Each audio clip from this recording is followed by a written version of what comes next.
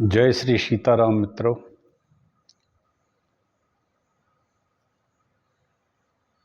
सभी श्रद्धालु भक्तजन, सभी श्रद्धालु बंधुजन,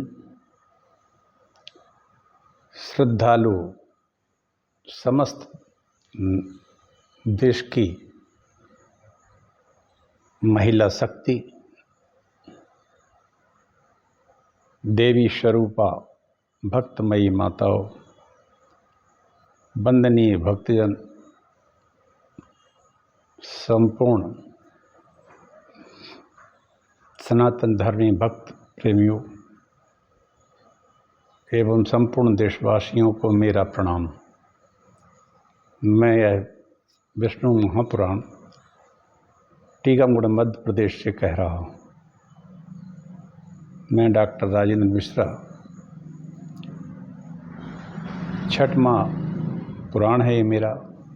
18 पुराणों के क्रम में विष्णु महापुराण का स्थान तीसरे नंबर पर आता है।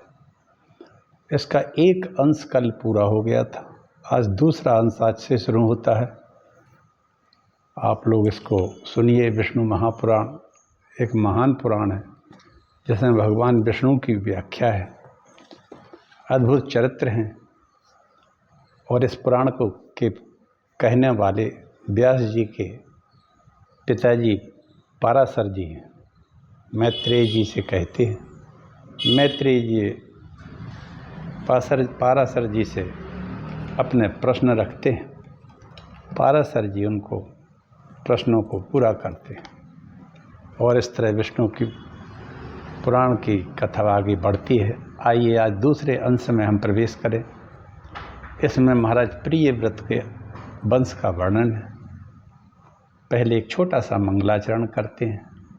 मंगलाचरण करके कथा कहते हैं।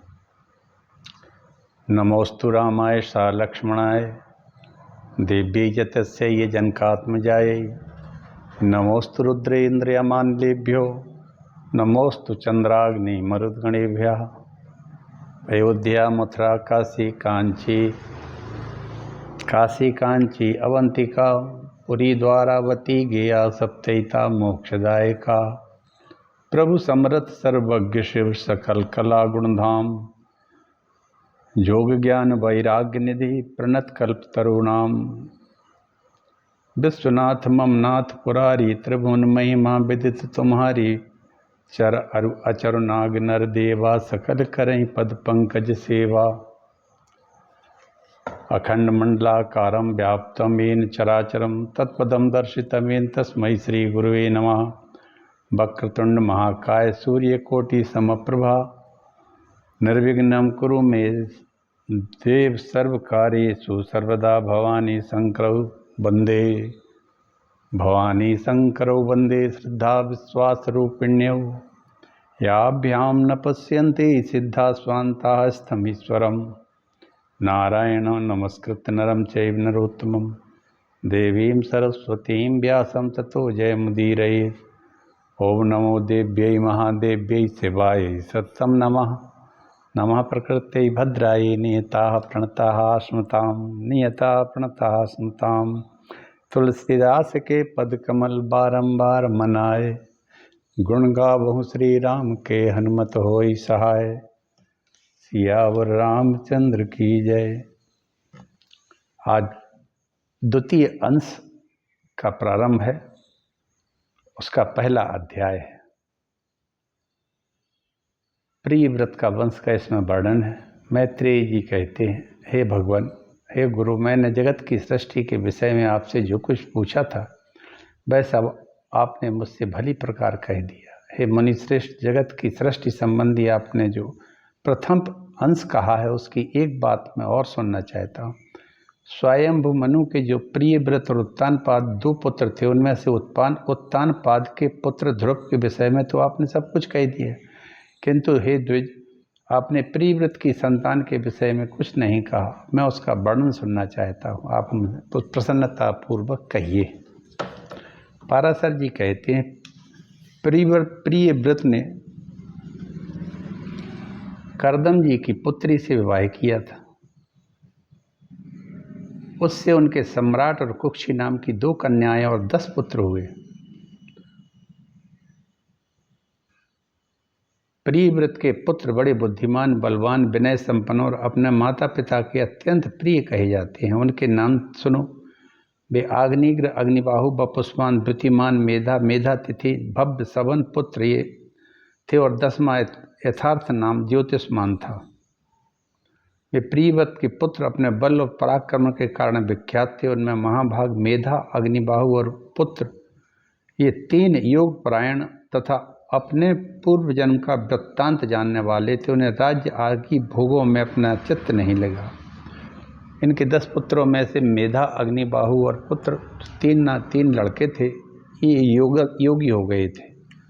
इन्होंने अपना राजकाज में या कई क्षत्रिय धर्म में इनका कोई मन नहीं लगा। वे निर्मल चित्त थे और कर्म फल की इच्छा से रहित थे। समस्त विषयों में सदा न्यायकुल ही प्रवृत्त होते थे। मुनि श्रेष्ठ प्रियव्रत ने अपने शेष 7 महात्मा पुत्रों को 7 द्वीप बांट दिए। हे महाभाग, पिता प्रियव्रत ने आग्नेयग्र को जम्बूद्वीप, मेधातिथि को प्लक्षद्वीप, उन्होंने सालमली में बपुष्मान को, ज्योतिष्मान को कुशद्वीप, द्युतिमान को क्रौंचद्वीप, भव्य को प्रियव्रत ने शाकद्वीप का स्वामी बनाया और सवन को पुष्कर द्वीप का अधिपति बनाया। हे मुनीसोत्तम, उनमें से जम्बूद्वीप के अधीश्वर राजा आग्नेयग्र थे। उनके प्रजापति के समान 9 पुत्र थे। वे नाभि, किमपुरुष, हरिवर्ष, इलाव्रत, हिरण्यवान, कुरु, भद्रास, संकीर्तशील और राजा केतुमाल थे। विप्र, अब उनके जम्बूद्वीप के विभाग सुनो। पिता आग्नेयग्र ने दक्षिण की ओर का हिमवर्ष, जिसे अब भारतवर्ष कहते हैं, नाभि को दे दिया। इस प्रकार किमपुरुष वर्ष को हेमकूट वर्ष तथा हरिवर्ष को तीसरा नैषद वर्ष दिया, जिसमें मध्य के मेरु पर्वत हैं, और इलाव्रत वर्ष उन्होंने इलाव्रत को दे दिया। नीलांचल से लगा हुआ वर्ष रम्य को दे दिया। पिता आग्नेयग्र ने उनका उत्तरवर्ती श्वेत वर्ष हिरण्यवान को दिया था, जो वर्ष श्रृंगवान पर्वत के उत्तर में स्थित वह कुरु को, और जो मेरु के पूर्व में स्थित है वह भद्रास को दे दिया। केतुमाल को गंधमादन वर्ष दिया। इस प्रकार राजा आग्नेयग्र ने अपने पुत्रों को वर्ष दे दिए। हे मैत्रेय, अपने पुत्रों को इन वर्षों में अभिषिक्त करके वे तपस्या के लिए शालिग्राम नामक महापवित्र क्षेत्र को चले गए। हे महामुनि, किमपुरुष आदि जो 8 वर्ष हैं, उनमें सुख की बहुलता है और बिना यत्न के स्वभाव से ही समस्त भोग सिद्धियां प्राप्त हो जाती हैं। उनमें किसी प्रकार के असुख, अकाल मृत्यु आदि जरा मृत्यु नहीं होती है। न धर्म अधर्म अथवा उत्तम अधम मध्यम आदि का भेद ही होता है। उन 8 वर्षों में कभी कोई युग परिवर्तन भी नहीं होता। महात्मा नाभि का हेम वर्ष नामक जो वर्ष है, उनके मेरु देवी से अतिशय कांतिमान ऋषभ नाम के पुत्र हुए। ऋषभ जी से भरत का जन्म हुआ है, जो उनके 100 पुत्रों में सबसे बड़े थे। महाभाग, पृथ्वीपति ऋषभ देव जी की धर्मपूर्वक राज्य शासन, विविध यज्ञों का अनुष्ठान करने के अनंतर अपने वीर पुत्र भरत को राज्य का अधिकार सौंपकर तपस्या के लिए पुलह आश्रम चले गए। महाराज ऋषभ ने वहाँ भी वानप्रस्थ आश्रम की विधि से रहते हुए निश्चयपूर्वक तपस्या की और नियम के अनुकूल यज्ञ के अनुष्ठान किए। वे तपस्या के कारण सूख कर अत्यंत कृश हो गए और उनके शरीर की रक्तवाहिनियाँ, नाड़ियाँ दिखाई देने लगीं। अंत में अपने मुख से मैं एक पत्थर की बटिया रखकर उन्होंने नग्न अवस्था में महाप्रस्थान कर दिया। ऋषभ देव ने अंत में अपने मुख में एक पत्थर की एक छोटी सी बटैया, जिसको कहते हैं या बटिया, रखकर नग्न अवस्था में महाप्रस्थान कर दिया। पिता ऋषभ देव जी ने बन जाते समय अपना राज्य भरत को दे दिया था। तब से यह हेम वर्ष इस लोक में भारतवर्ष के नाम से प्रसिद्ध हो गया है। पिता भरत ने यज्ञ के अनुष्ठान पूर्वक यथेच्छ राज्य सुख भोग कर उसे सुमति को दे दिया। महाराज भरत ने पुत्र को राज्य लक्ष्मी सौंपकर योग के अभ्यास में तत्पर उस शालिग्राम क्षेत्र में अपने प्राण छोड़ दिए। फिर इन्होंने योगियों के पवित्र कुल में ब्राह्मण रूप से जन्म लिया। हे मैत्रेय, इनका वह चरित्र मैं तुमसे फिर कहूँगा। तदनंतर सुमति ने के वीर से इंद्रद्युम्न का जन्म हुआ। परमेष्ठी और परमेष्ठी का पुत्र प्रतिहार हुआ। प्रतिहार के प्रतिहर्ता नाम से विख्यात पुत्र उत्पन्न हुआ। प्रतिअर्थ का पुत्र भव, भव का उद्गीत, उद्गीत के पुत्र अर्ति, समर्थ प्रस्ताव, प्रस्ताव का पृथु, पृथु का नक्त, नक्त का पुत्र गय हुआ, गय के नर और उसके विराट नामक पुत्र हुआ। उसका पुत्र महावीर था, उससे धीमान का जन्म हुआ तथा धीमान का पुत्र महांत और उसका पुत्र मनस्यु हुआ। मनस्यु का त्वष्टा, त्वष्टा का विरज, विरज का रज हुआ। रज के पुत्र सत, जित के 100 पुत्र उत्पन्न हुए। उनमें विश्वक ज्योति प्रधान था। उन 100 पुत्रों में यहाँ की प्रजा बहुत बढ़ गई। तब उन्होंने इस भारतवर्ष को 9 भागों में विभूषित किया, अर्थात वे सब इसको 9 भागों में बांट कर रहते थे। उन्हीं के वंशधरों ने पूर्व काल में कृत त्रेतादि युग कर्म से 71 युग पर्यंत इस भारत भूमि को भोगा। हे मुने, यही इस बराह कल्प में सबसे पहले मनवंतराधिप स्वयंभुव मनु का वंश है, जिसने उस समय इस संपूर्ण संसार को व्याप्त किया हुआ था। मैत्रेय जी बोले, हे ब्रह्मन, आपने मुझसे स्वयं मनु का वंश का वर्णन किया। अब मैं आपके मुखारबिंद से पृथ्वी मंडल का विवरण सुनना चाहता हूँ। सागर, द्वीप, वर्ष, पर्वत, वन, नदियाँ, देवता आदि की प्रियाँ, इन सब का जितना परिमाण हो आधार बताइए। पाराशर जी बोले, मैं इन सब बातों को संक्षेप में बात कहता हूँ। जम्बू, प्लक्ष, सालमल, कुश, क्रौंच, शाक और 7वां पुष्कर, 7वां द्वीप, चारों ओर से खारे पानी, इक्षुरस, मदिरा, घृत, दधि, दुग्ध और मीठे जल के 7 समुद्रों से घिरे हुए हैं। जम्बू, प्लक्ष, सालमल, कुश, क्रौंच, शाक और 7वां पुष्कर, ये 7 द्वीप बताए हैं। जम्बूद्वीप इन सब में के मध्य में स्थित है और उसके बीच में सुवर्ण में सुमेरु पर्वत है। सुमेरु की ऊंचाई 84,000 योजन है, नीचे की ओर 16,000 पृथ्वी में धंसा हुआ है। इसका विस्तार ऊपरी भाग में 32,000, नीचे तलहटी में केवल 16,000 योजन है। इस प्रकार यह पर्वत इस पृथ्वी रूप कमल की कर्ण का कोष के समान है। इसके दक्षिण में हिमवान, हेमकूट और निषद, उत्तर में नील, श्वेत, श्रृंगी नामक वर्ष पर्वत है, जो भिन्न विभिन्न वर्षों का विभाग करते हैं। उनमें बीच के 2 पर्वत निषद और नील 1-1 लाख योजन तक फैले हुए हैं। उनसे दूसरे 10-10 हजार योजन कम है। हेमकूट, हिमवान और श्रृंगी 80-80 हजार योजन तक फैले हुए हैं। सभी 2-2 सहस्त्र योजन ऊंचे और इतने ही चौड़े हैं। मेरु पर्वत के दक्षिण की ओर पहला भारतवर्ष, दूसरा किमपुरुष वर्ष और तीसरा हरिवर्ष है। उत्तर की ओर रम्यक, फिर हिरण्य, तदनंतर उत्तर कुरु वर्ष द्वीप मंडल की सीमा पर होने के कारण भारतवर्ष के समान है। हे दुष्श्रेष्ठ, इसमें से प्रत्येक का विस्तार 9-9 हजार योजन है। सबके बीच में एलावृत वर्ष है। इसमें सुवर्ण में सुमेरु पर्वत खड़ा हुआ है। हिमावाक है। एलावृत वर्ष सुमेरु के चारों ओर 9,000 योजन तक फैला हुआ है। इसके चारों ओर 4 पर्वत हैं। ये चारों पर्वत मानव सुमेरु को धारण करने के लिए ईश्वरकृत किलियां हैं, क्योंकि इनके बिना ऊपर से विस्तृत और मूल में संकुचित होने के कारण सुमेर के गिरने की संभावना रहती है। मंदराचल पूर्व में, गंधमादन दक्षिण में, विपुल पश्चिम में और सुपार्श उत्तर में है। ये सब 10,000 ऊंचे। इन पर पर्वतों की ध्वजाओं के समान 1100 ऊंचे कदम्ब के, जम्बू के, पीपल और बट के वृक्ष हैं। हे महामुनि, इनमें से जम्बू, जामुन वृक्ष जम्बूद्वीप के कारण नाम का कारण है।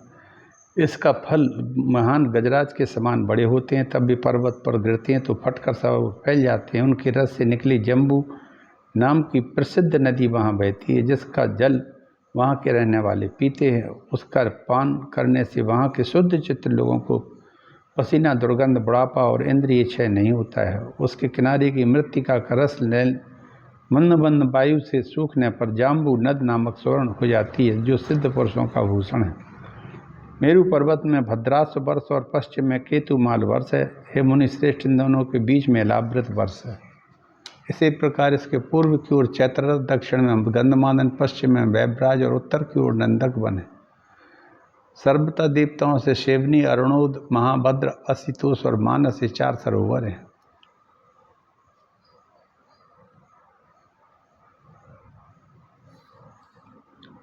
हे मैत्रेय, सीताद, कुंभ, कुर्री, माल्यवान, बैकंक आदि पर्वत हैं। हे मैत्रेय, मेरू के ऊपर अंतरिक्ष में 14 सहस्त्र योजन के विस्तार वाली ब्रह्मा जी की मां ब्रह्मपुरी है। सब उसके सब और दिशा एवं विदिशा में इंद्र आदि लोकपालों के 8 अति रमणीक और विख्यात नगर है।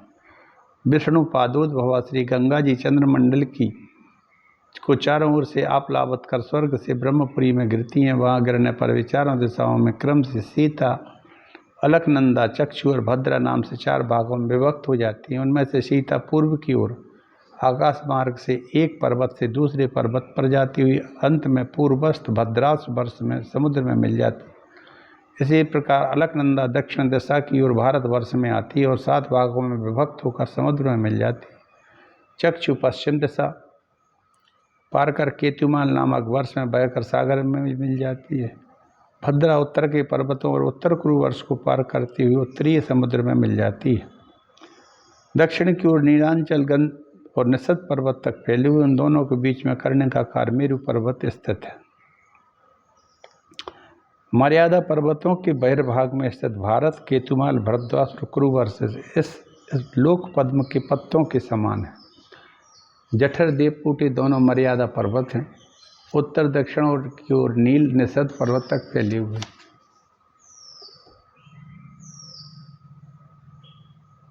हे द्विज, भगवान विष्णु भद्रास वर्ष में हयग्रीव रूप से, केतुमाल वर्ष में बाराह रूप से, भारत वर्ष में कूर्म रूप से रहते हैं। वे भक्त प्रतिपालक से गोविंद कुरु वर्ष में मत्स्य रूप से रहते हैं। इस प्रकार वे सर्वगामी हरि विश्व रूप से सर्वत्र ही रहते हैं। हे मैत्रेय, वे सबके आधारभूत और सर्वात्मक हैं। हे महामुनि, किम पुरुष आदि जो 8 वर्ष हैं, उनमें शोक, श्रम, उद्वेग, क्षुधा का भय कुछ नहीं है। वहाँ की प्रजा स्वस्थ, आतंकहीन, समस्त दुखों से रहित। वहाँ के लोग 10-12 हजार वर्षों की स्थिर आयु वाले होते हैं। उनमें वर्षा कभी नहीं होती है, केवल पार्थिव जल ही है और न उन स्थानों में कृत त्रेतादि युगों की कल्पना है। द्विजोत्तम, इन सभी वर्षों में 7 कुल पर्वत हैं, उनसे निकली हुई सैकड़ों नदियाँ हैं।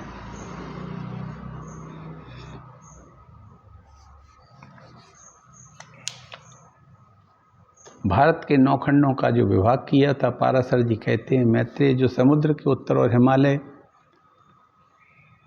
के दक्षिण में स्थित वह देश भारतवर्ष कहलाता है। उनमें भरत की संतान बसी हुई है। महामुनि, इसका विस्तार 9000 योजन है। यह 100 स्वर्ग और अपवर्ग प्राप्त करने वालों की कर्म भूमि है। इसमें महेंद्र, मलय, सही, सुक्तिमान, ऋक्ष, बिंद, परियात्री 7 कुल पर्वत हैं। इसी देश में मनुष्य शुभ कर्मों के द्वारा स्वर्ग को मोक्ष प्राप्त कर लेता है। यहीं से पाप कर्म होने पर नरक और त्रियग योनियों में पड़ते हैं। यहीं से कर्म के अनुसार स्वर्ग, मोक्ष, अंतरिक्ष अथवा पाताल आदि लोकों को प्राप्त किया जा सकता है। पृथ्वी में यहाँ के सिवा और कहीं भी मनुष्य के लिए कर्म की विधि नहीं है। इस भारतवर्ष के 9 भाग हैं। इंद्रदीप, कसेरु, ताम्रपर्ण, गवस्तिमान, नागदीप, सोम, गंधर्व, वारुण और यह समुद्र से घिरा हुआ है। द्वीप उनमें 9वां है। यह द्वीप उत्तर से दक्षिण तक सहस्त्र योजन है। इसके पूर्वी भाग में किरात लोग और पश्चिम में यवन बसे हुए हैं। भारतवर्ष के पूर्व भाग में किरात लोग हैं, पश्चिम में यवन है तथा यज्ञ और शुद्ध व्यापार आदि कर्मों की व्यवस्था के अनुसार आचरण करते हुए ब्राह्मण, क्षत्रिय, वैश्य, शूद्र अपने वर्ण विभाग के अनुसार मध्य में रहते हैं। इसकी शतद्रु, चंद्रभागा आदि नदियाँ हिमालय की तलेटी से, वेद और स्मृति आदि पर्याप्त पर्वत से, नर्मदा, सुरसा आदि विंध्याचल से, तापी, पयोष्णी, निर्विंध्या, ऋक्षगिरी से निकलती हैं। गोदावरी, भीमरती, कृष्णवेणी आदि पापहारणी नदियाँ सही पर्वत से उत्पन्न कही जाती हैं।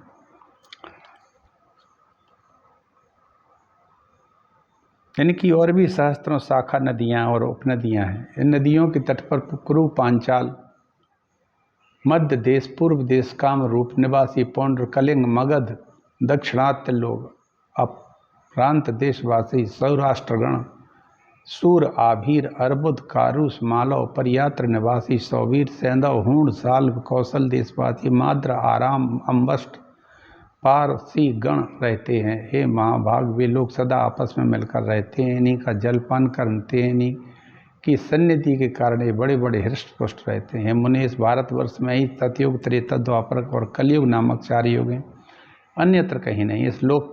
इस देश में परलोक के लिए मुनिजन तपस्या करते हैं, याज्ञिक लोग यज्ञ करते हैं।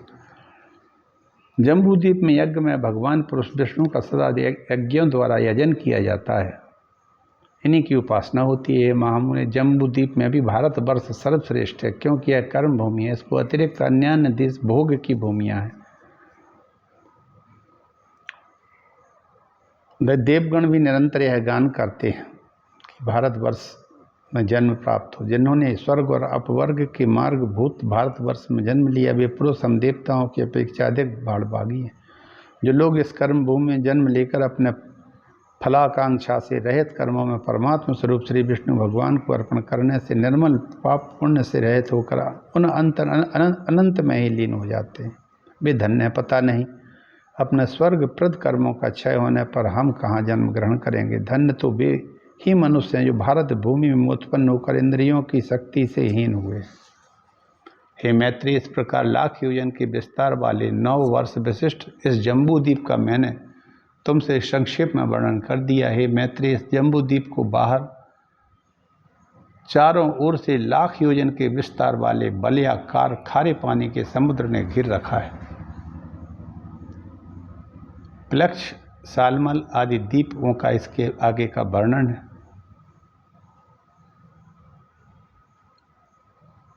इसके आगे प्लक्ष और सालमल द्वीप है, उसका विशेष वर्णन है। सालमल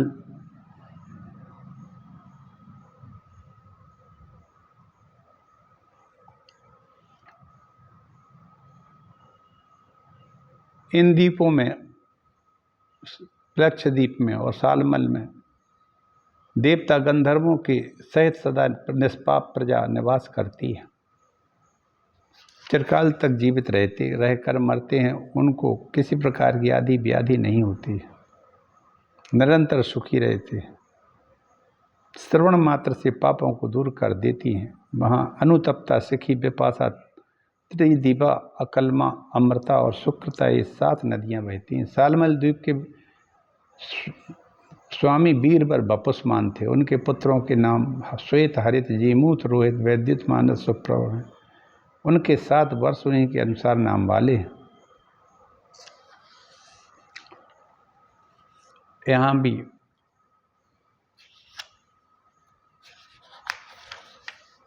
योनि, तोया, वितृष्णा, चंद्रा, मुक्ता, विमोचनी, निवृत्ति, स्मरण मात्र से ही सारे पापों को शांत कर देने वाली है।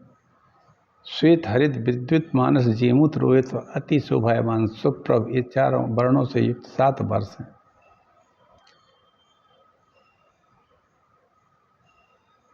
हे महाभाग, अब इसके अगले क्रौंच नामक महाद्वीप के विषय में सुनो। कुछ द्वीप से ये दूना है। क्रौंच द्वीप में महात्मा द्युतिमान के पुत्र थे। उनके वर्षों के नाम रखे हैं कुशल, मंदग, उष्ण, पीवर, अंधकारक, मुनि और दुंदुभि, ये 7 पुत्र थे। शाकद्वीप के राजा महात्मा भव्य के भी 7 ही पुत्र थे।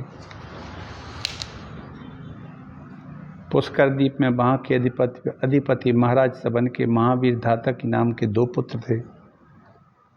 इस प्रकार 7वां द्वीप 7 समुद्रों से घिरे हुए हैं। वे द्वीप, उन्हें घेरने वाले समुद्र परस्पर समान हैं। हे मुनि श्रेष्ठ, पात्र का जल जिस प्रकार अग्नि का संयोग होने से उबलने लगता है, उसी प्रकार चंद्रमा की कलाओं के बढ़ने से समुद्र का जल भी बढ़ता है। शुक्ल और कृष्ण पक्षों में चंद्रमा के उदय और अस्त से न्यूनाधिक न होते हुए जल घटता बढ़ता रहता है। हे महामुनि, समुद्र के जल की वृद्धि और क्षय 510 अंगुल तक देखी जाती है। हे विप्र, पुष्कर द्वीप में संपूर्ण प्रजावर्ग सर्वदा बिना प्रयत्न के अपने आप ही प्राप्त हुए षड्रस भोजन का आहार करते हैं।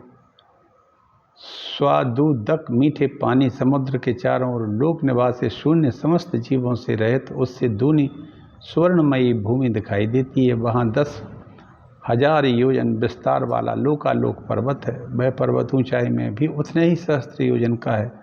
उसके आगे उस पर्वत को सब ओर से आवृत कर घोर अंधकार छाया हुआ है तथा वह अंधकार चारों ओर से ब्रह्मांड कटाय से आवृत है।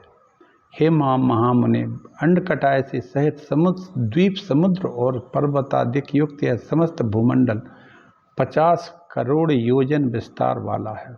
यह समस्त भूमंडल 50 करोड़ योजन विस्तार वाला है। हे मैत्रेय, आकाश आदि समस्त भूतों से अधिक गुण वाली है पृथ्वी संपूर्ण जगत की आधारभूता और पालन तथा उद्भव करने वाली है। पाराशर जी कहते हैं, हे मैत्रेय, आकाश आदि समस्त भूतों से अधिक गुण वाली यह पृथ्वी संपूर्ण जगत की आधारभूता है और उसका पालन करने वाली है। 7 पाताल लोकों का वर्णन है इसके आगे। हे द्विज, मैंने तुमसे यह पृथ्वी का विस्तार कहा है। इसकी ऊंचाई भी 70 सहस्त्र योजन कही जाती है। मुनि सत्तम, अतल, बितल, नितल, गभस्तिमान, महातल, सुतल और पाताल।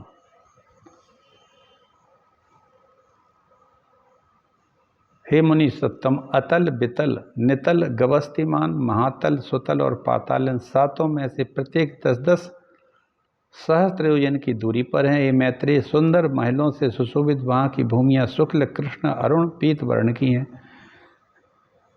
पत्थर की हैं, ककरीली, सुवर्णमयी हैं। महामुनि, उसमें दानव, दैत्य, यक्ष और बड़े बड़े नांग आदि कों की सैकड़ों जातियाँ निवास करती हैं। एक बार नारद जी ने पाताल लोक में से स्वर्ग में आकर कहा कि पाताल तो स्वर्ग से भी सुंदर है, जहाँ नाग गण के आभूषण में सुंदर प्रभायुक्त आह्लाद कारिणी शुभ्र मणियाँ जड़ी हुई हैं, उस पाताल को किसके समान कहें? जहाँ दैत्य दानवों की कन्याओं से सुशोभित पाताल लोक में किस मुक्त पुरुष की भी प्रीति न होगी? जहाँ दिन में सूर्य की किरणें केवल प्रकाश ही करती हैं, धूप नहीं। रात में चंद्रमा की किरणें शीत नहीं होती, केवल चांदनी ही फैलती है। जहाँ भक्ष भोज्य महापानादि की भूख से आनंदित सर्पों और दानवादियों के समय जाता हुआ सा प्रतीत नहीं, समय जाता हुआ भी प्रतीत नहीं होता है। सुंदर वन, नदियाँ, रमणीय सरोवर, कमल, भाग्यशालियों के भोगने योग्य और भी अनेक भोग भोगे जाते हैं।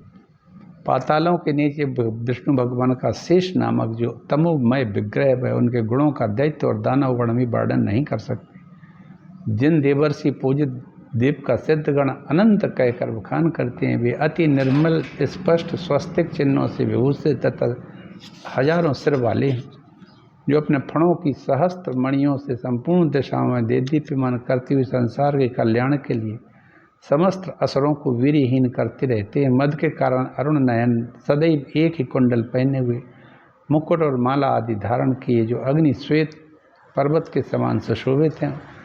मद से उन्मत्त नीलांबर श्वेत हारों से सुशोभित होकर मेघमाला गंगा प्रवाह से युक्त दूसरे कैलाश पर्वत के समान विराजमान है, जो अपने हाथों में हल और उत्तम मूसल धारण करते हैं, जिनकी उपासना शोभा वारुणी देवी स्वयं मूर्तिमती होकर करती हैं। कल्पांत में जिनके मुखों से विषाग्नि शिखा के समान देदीप्यमान संकर्षण नामक रुद्र निकलकर तीनों लोगों का भक्षण करते थे, वे समस्त देवगणों से बंधित शेष भगवान अशेष भूमंडल को मुकुटवत धारण किए हुए पाताल तल में विराजमान है। उनका बल, वीर्य, प्रभाव, स्वरूप, रूप, आकार देवता भी नहीं जाना और कहा जा सकता है। उनका भला वर्णन कौन कर सकता है?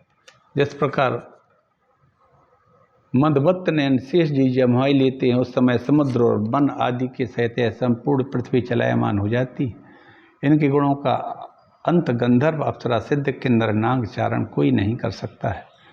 जिनका नाग बधुओं द्वारा लेपित हरिचंदन पुनः पुनः श्वास वायु से छूटकर दिशाओं को सुगंधित करता है, जिनकी आराधना से पूर्वकालीन महर्षि गर्ग ने समस्त ज्योतिर्मंडल, ग्रह, नक्षत्र आदि और शकुन अपशकुन नैमित्तिक फलों को तत्वतः जान लिया था, उन नाग श्रेष्ठ शेष जी ने इस पृथ्वी को अपने मस्तक पर धारण किया है, जो स्वयं भी देव, असुर और मनुष्य के सहित संपूर्ण लोकमाला, पाताल आदि को धारण किए हुए। बोलो शेष भगवान की जय। इसके आगे भिन्न भिन्न नरकों का वर्णन है और आज मैं अपनी वाणी को यहीं विराम देता हूँ।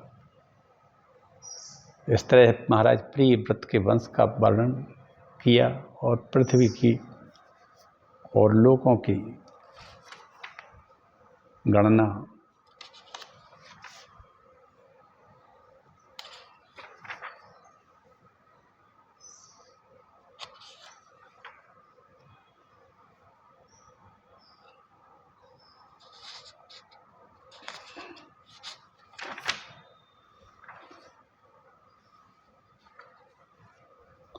इसी के साथ मैं आज वाणी को विराम देता हूँ। आप सभी से आज्ञा चाहता हूँ। जय श्री राम। भगवान श्री हरि लक्ष्मी नारायण सबका कल्याण करें। भगवान सभी भक्तों की ऊपर अपनी कृपा दृष्टि बनाए रखें। जय श्री हरि।